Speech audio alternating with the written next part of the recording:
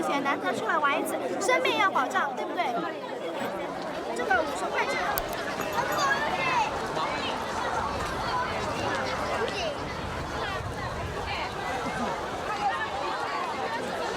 We mustn't go past the fence. It's very dangerous. Very dangerous. The wave could overflow and carry off the spectators.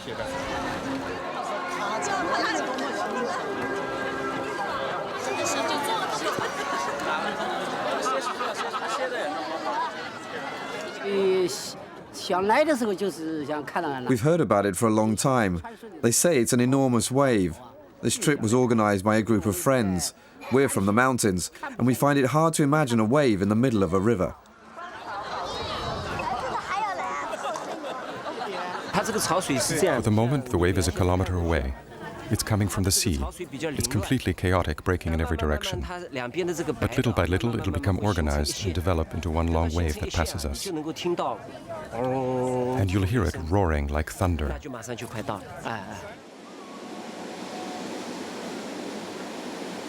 It's an encounter between one of the strangest events in nature and the shoreline population of the Qiantang River in eastern China.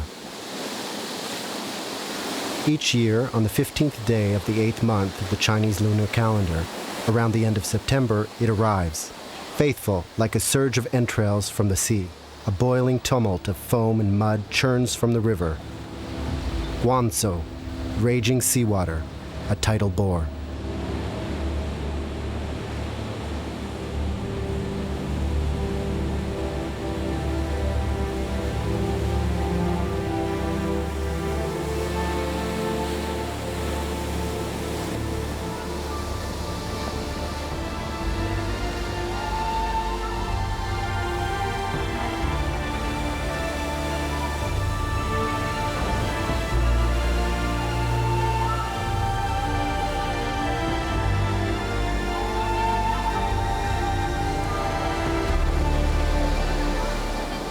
On the 15th day of the 8th month of the lunar calendar is the Spirit of the Sea Festival in Haining, and 2,000 people gather on the riverbanks waiting for the apparition. A wave, nothing but a wave. Not particularly huge, but abruptly blocking the entire width of the river. A wave like a mystery, magnificent, frightening for more than 2,000 years. A sea spirit, a dragon. Wang Xingke, a newspaper photographer, has remained faithful to this rendezvous for the past 10 years. He's accredited, so he's allowed to stand in front of the barrier. There will only be one passage of the wave.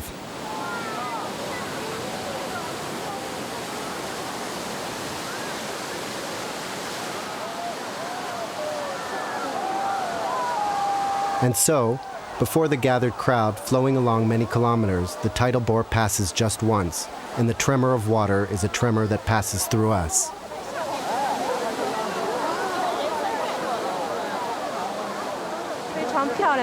It's not a huge wave, but it's very awesome, very frightening. It's like a herd of stampeding animals heading towards us. I was very afraid to stay close to the edge.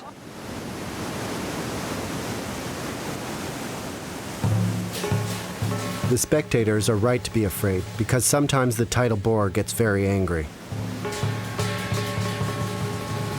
In 1999, for example, the wave emerged from its riverbed and repeatedly, in a number of spots, carried away entire groups of careless spectators.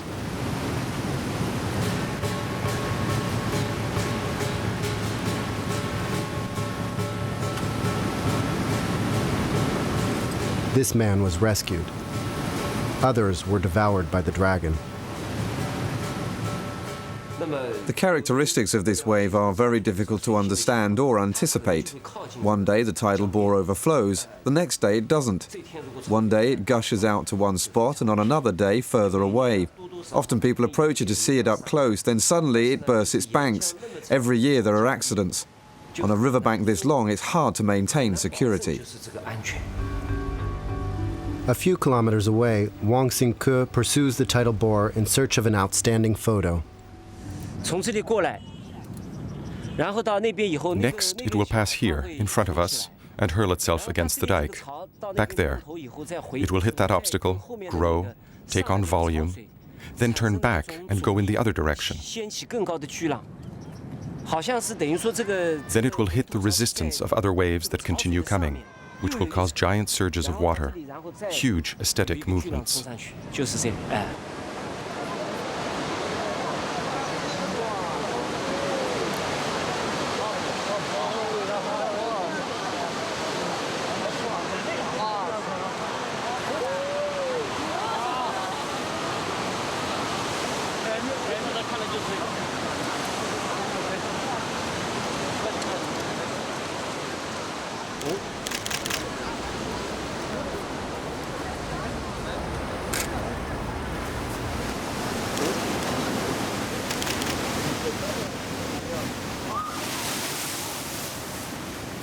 A very long time ago, people thought the tidal bore was some kind of sea spirit that showed its anger by wreaking havoc. To calm it, we prayed and made a lot of sacrifices. There are a lot of ceremonies and sacrifices. That is why there are so many temples to the sea spirit in our region.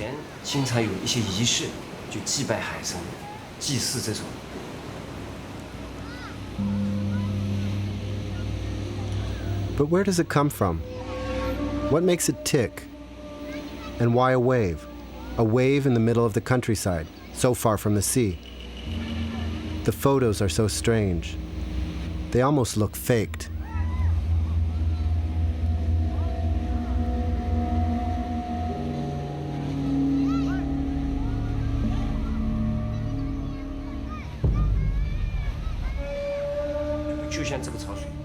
When my photos of the tidal bore are published in the papers, everyone rushes to the riverbank, the public and other media. But the day after publication, the tidal bore is really small, and I'm somewhere else, a bit upstream or downstream. And everyone wonders, how does Wang Xingke do it? On the banks of the Qiantang River, Hangzhou, city of 5 million inhabitants, we're 130 kilometers from Shanghai, almost the suburbs. A multi-story building, a huge newsroom. This is the headquarters for Hangzhou Youth, the newspaper where Wang Xingke works. Wang Xingke's spectacular and educational photos often make the front page. The director of the photography department, he personally handles the story about the tidal bore, and says that to understand it better, he wants to understand its psychology. What is the psychology of a wave?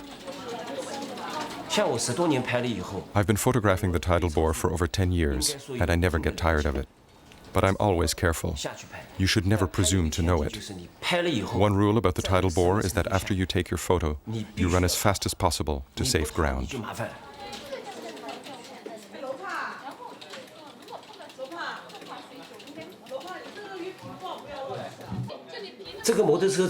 Look at this photo. This man and woman were on the embankment waiting for the waves to pass. Suddenly it accelerated and surged over, washing up on the bank. They immediately understood the danger and rushed to climb up on the embankment. But the wave caught them from behind and above at the same time, like a fishnet. It dragged them down with force. They grabbed onto the motorcycle as best they could. The water calmed down quickly and receded. It barely lasted a minute. If it weren't for the motorcycle, they probably would have been swept away.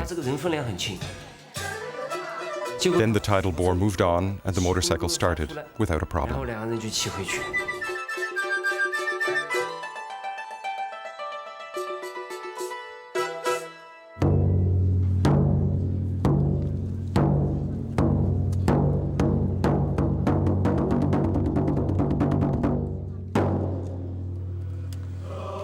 Return to Haining, next to Hangzhou, where the Spirit of the Sea Festival lasts for 3 days.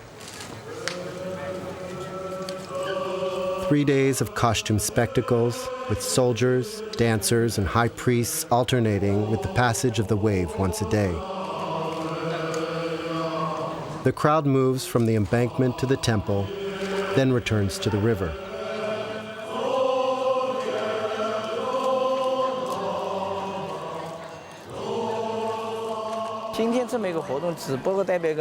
Today's spectacle is just a traditional folk ceremony that recalls the sacrifices made to the spirit or the sea dragon, and the prayers used to ask for forgiveness, like the ones during the time of the Qing dynasty. In past centuries, the embankments were made from earth, and the tidal bore destroyed them regularly. The water flooded the fields and caused famine in the countryside. The population was very frightened of the wave and really believed that an evil spirit propelled the phenomenon. The silver dragon is an image because we Chinese love using dragons to represent natural phenomena in our legends. Mountain dragons, sea dragons. It's a silver dragon because the tidal bore has metallic reflections, very bright like cold flames. And since the Chinese like to attribute magical virtues to bows, we shoot arrows at it.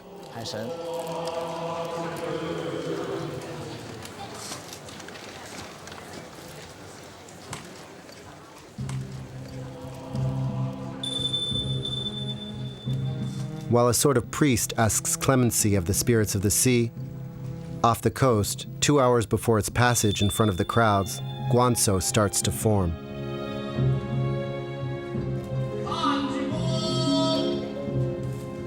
Caused by a meeting of the rising tide and the current of the river, a wave grows, intersects, unfolds, coils upon itself far from the crowds, creating a show on its own, producing almost erotic movements.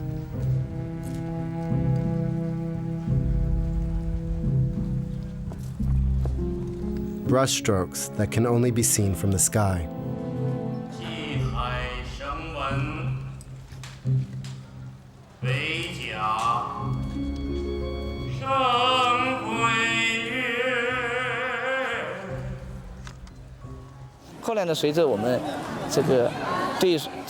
As time went on, bit by bit through observation, embankment building techniques improved.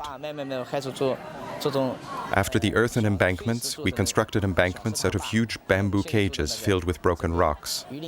Then our current embankments, large rocks using the superimposed fish scale model. The construction was ordered by Emperor Qiantang, and life on the long river became more tranquil. Our initial indignation turned into a kind of love, and today we admire its power, we admire its majesty, and we can live in harmony with it.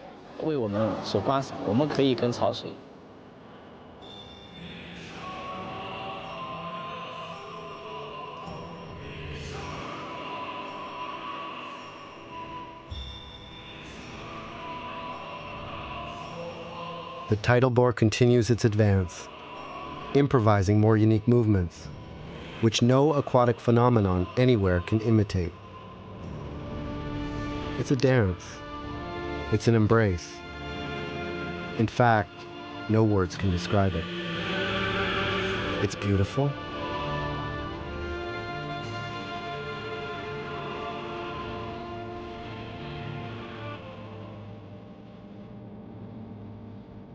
The tidal bore delights in itself and delights us as well.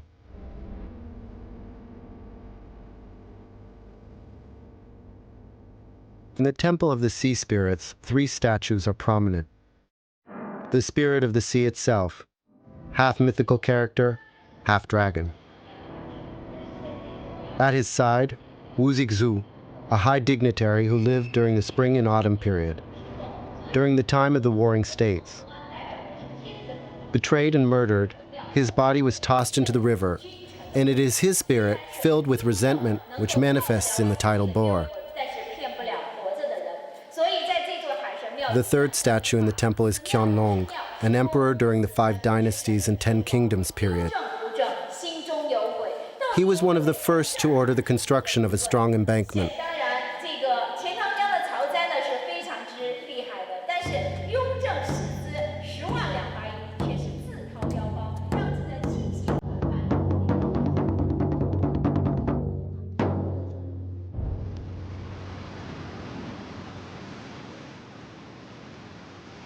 In China, there have been references to the tidal bore in texts for the last 1,500 years. It is depicted in paintings, drawings, and poetry, which both praise or shower it with insults. Like rainbows, volcanic eruptions, or lightning, it has been considered an inexplicable and hostile natural phenomenon. It has spread despair and was shot at with arrows to try to tame its furor.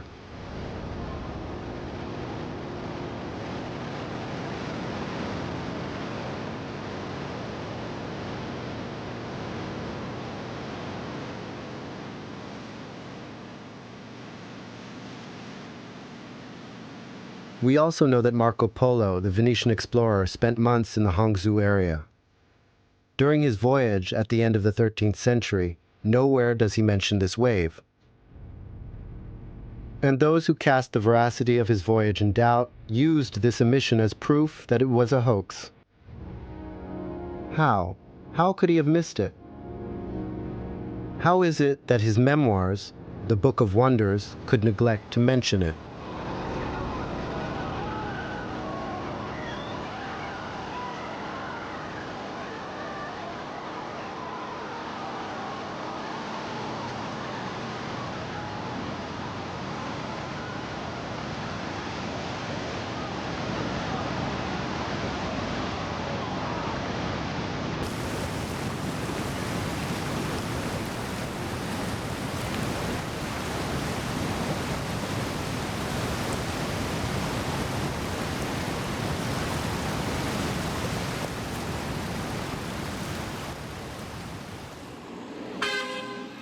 At the main intersection in Haining, a huge billboard reads, "You must see the tidal bore at least once in your life if you want to die in peace."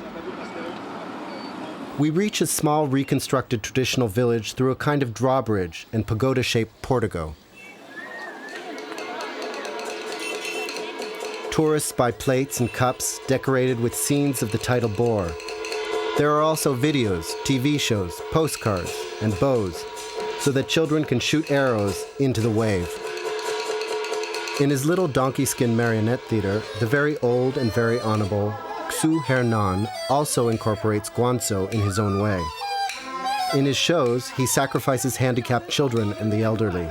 They can be bought more easily in the country to appease the dragon's appetite. However, he's very angry, and in any case, he's never satisfied. We don't know if legend has blurred into reality. In the end, the dragon always ravages everything.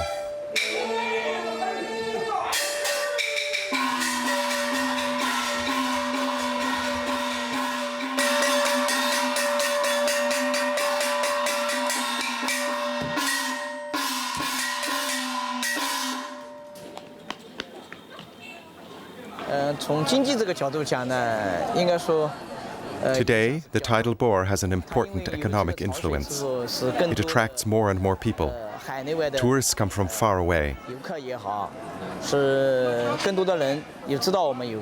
In China, everyone knows that there's a magic wave in Haining, a wave that you have to see at least once in your life. It's tremendous publicity for our region. We are even inspired by its character, its strength, and its spirit that provides us with a model for a new state of mind. We must push forward like the tidal bore, courageously. It has become an example for us to follow.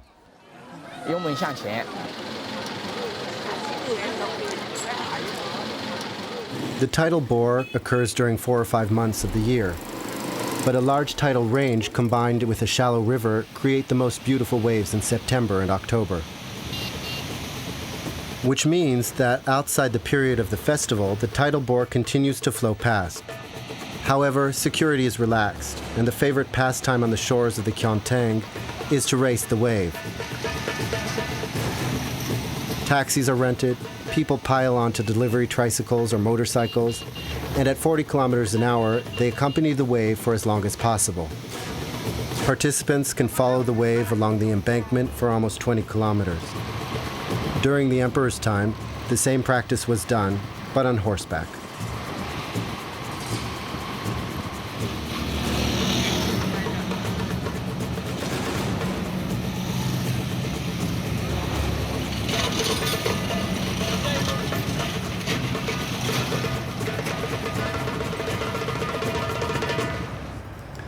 1,000 years before the founding of the People's Republic,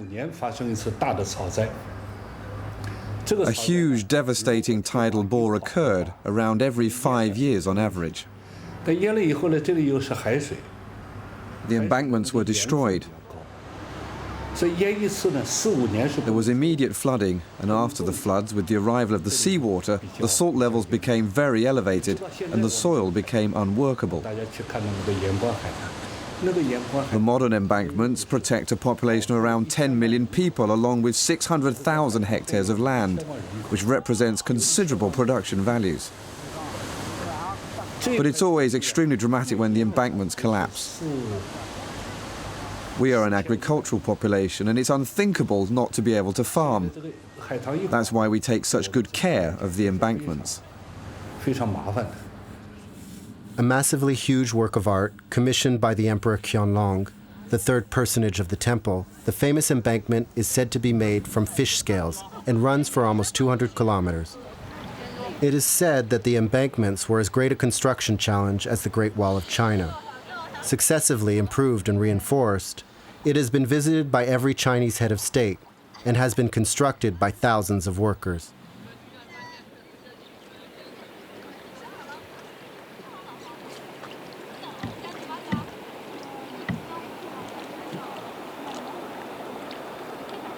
A bit further away, in the suburbs of Hangzhou, a building houses the Estuary Hydrological Laboratory, where the conditions are simulated to recreate the origin and development of the Qiantang tidal bore.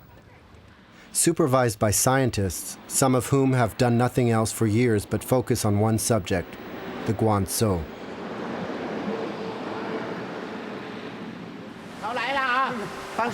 Look, there's the tidal bore.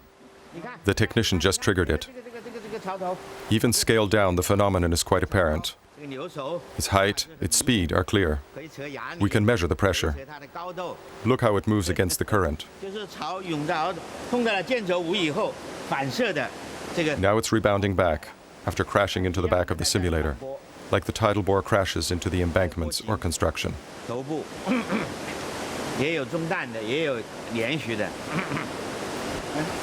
Why is it so important to continue simulating and studying the tidal bore? Because the action to the dike. Because its effect on the embankment is very important and it never stops. 7 tons. The pressure is 7 tons per square meter. It's enormous. This pressure is very high. We have to continue studying it, measuring it, so that we can design barriers that are even more stable. To design the dike more stable. Today, Han Sang-kui is retired, but he continues to give lectures all around the world. For 50 years, along with his colleagues, he has studied methods to protect bridges and works of art from the tidal bore. But today, he's studying how to protect the tidal bore from obstacles because the embankments, bridges, and other constructions are affecting the tidal bore and contributing to the weakening of the phenomenon. A difficult and passionate equation for the scientists. Everyone agrees that the wave is also a national treasure and an important economic resource. Outside, a giant model simulates the topography of the estuary, and every 14 minutes, a machine sends out another tidal bore. This is the mouth of the river, and the wave hasn't yet formed. It will progressively grow larger as it moves inland. This is Dakeku, the zone where we see the tidal bore waves crossing in open water after the two waves return from bouncing off the shore.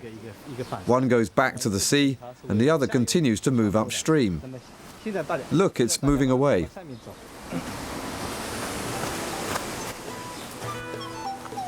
Dr. Zheng Zhong accompanies the wave upstream, jogging alongside the model of the river.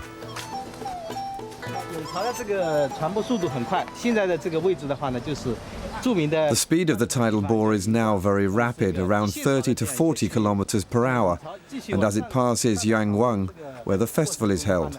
It's when the tidal bore is lined up that it can reach heights ranging from 1 meter to 4.5 meters. Now it's arriving at Liaoyangkang, where it will bounce off the embankment violently, Look, a part of the tidal bore is moving in the opposite direction and creating huge waves, while the other one continues on its way upstream. At this point, the tidal bore can reach a height of 8.5 meters.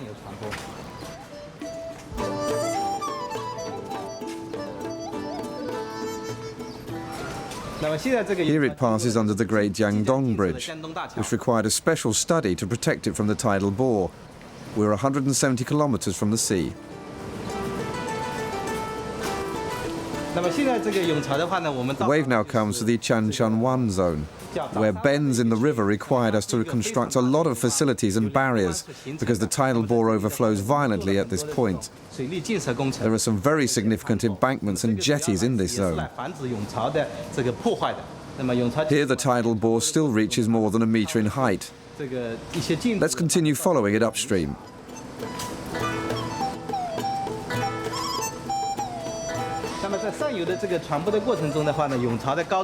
This is the site of the second bridge on the Qiantang River, with a highway running over it. The wave then continues approximately 40 kilometers upriver. It diminishes progressively and is no longer as majestic as it was downstream. A little further away again, the tidal bore disappears completely. After a few minutes in our model, the current starts to flow back downstream and a new tidal bore forms.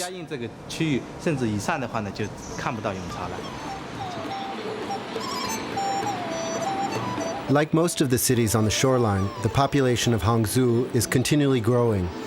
Towers are sprouting up at the same time. New neighborhoods have to shelter the huge influx of workers and job seekers arriving from the countryside. Attracted by the miracles of the new Chinese economy, they don't necessarily know how to read or write, and can't imagine how such a peaceful river can harbor such a dangerous phenomenon.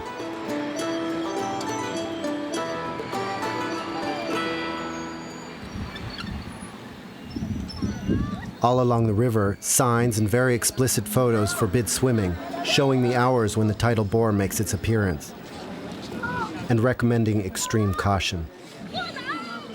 But you have to know how to read and write.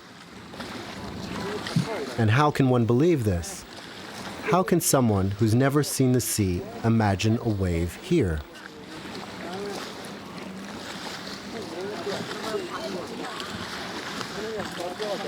In numerous places along the Qiantang, a wire fence deters the public from approaching the water. Authorities have deemed this area particularly dangerous, and workers continue to reinforce the barrier.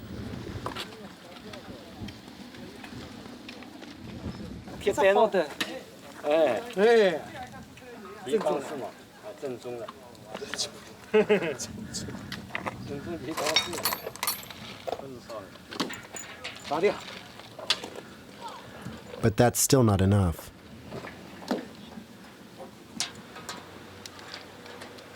We met Yu Taikwan. He's one of the Chinese men who left the countryside or small villages in search of his fortune in Hangzhou. Manager of a company, his family stayed behind in his native region, and his son visited him from time to time for a weekend or holiday.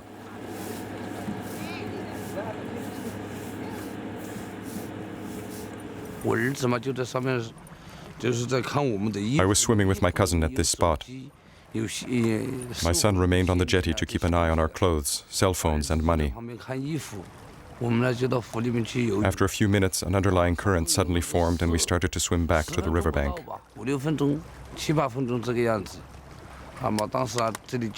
As I was swimming towards my son, he cried out, "Dad, Dad, the tidal bore is coming."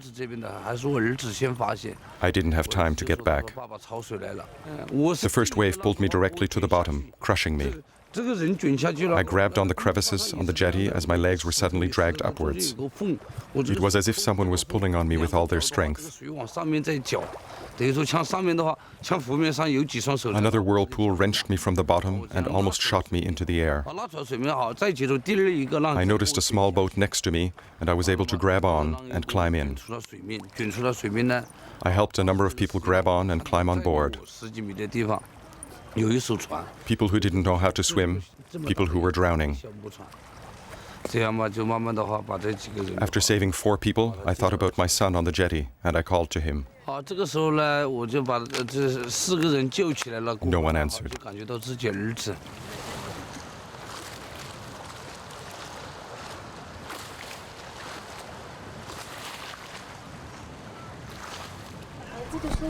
And what happened to him? We found him 2 days later. His body was floating far away from the embankment where he stayed, trying to save me.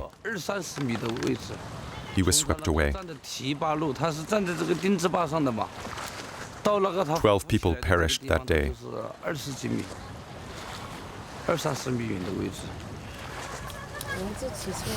He was 16 years old.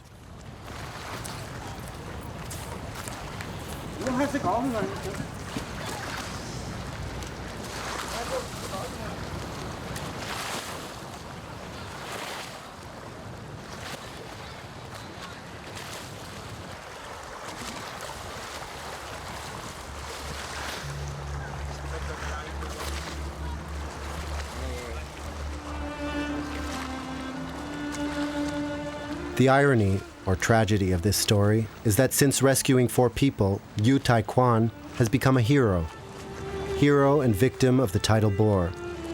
Invited everywhere to talk of his adventure, he willingly speaks of the wave that carried his son away, so that people will know. He wants to warn others to continue living and to try to understand. But can anyone understand the dragon?